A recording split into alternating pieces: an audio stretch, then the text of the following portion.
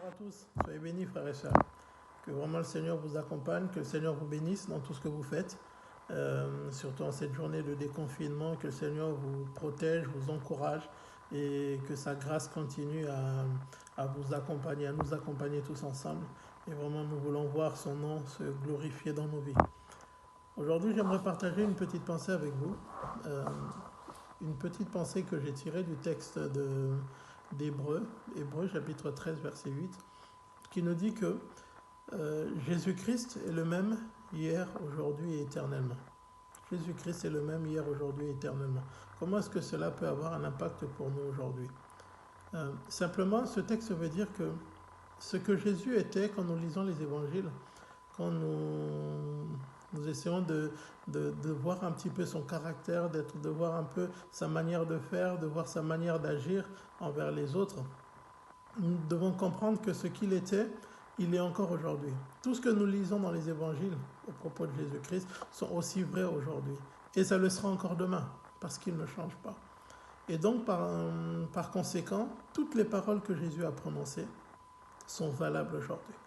Nous n'avons pas à en douter un seul instant. Parce que Jésus qui a dit ces choses, Jésus qui a prononcé ces paroles, est toujours vivant pour accomplir ce qu'il a dit. Jésus n'est pas mort, il est vivant. Et donc, sa parole est toujours aussi puissante aujourd'hui pour nous bénir, pour nous encourager, nous fortifier. Donc nous devons toujours nous fier à cela.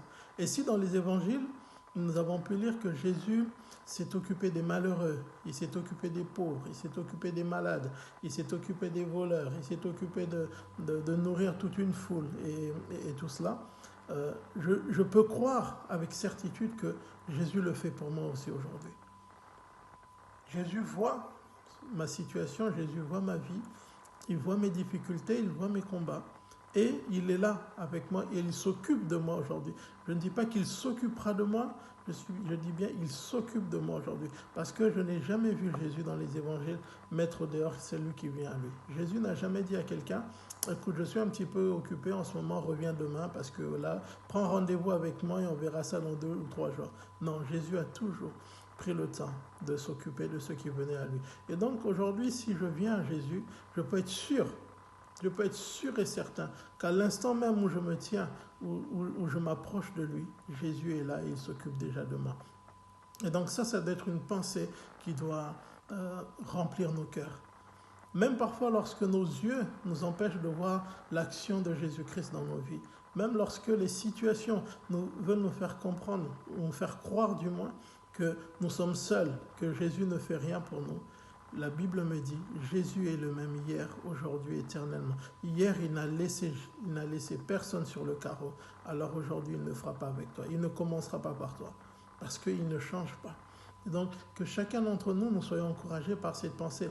Et pour finir, il y a un verset dans la parole de Dieu, toujours des paroles de Jésus qui me font beaucoup de bien lorsque j'ai un besoin particulier, lorsque j'ai vraiment besoin d'une attention particulière de la part du Seigneur.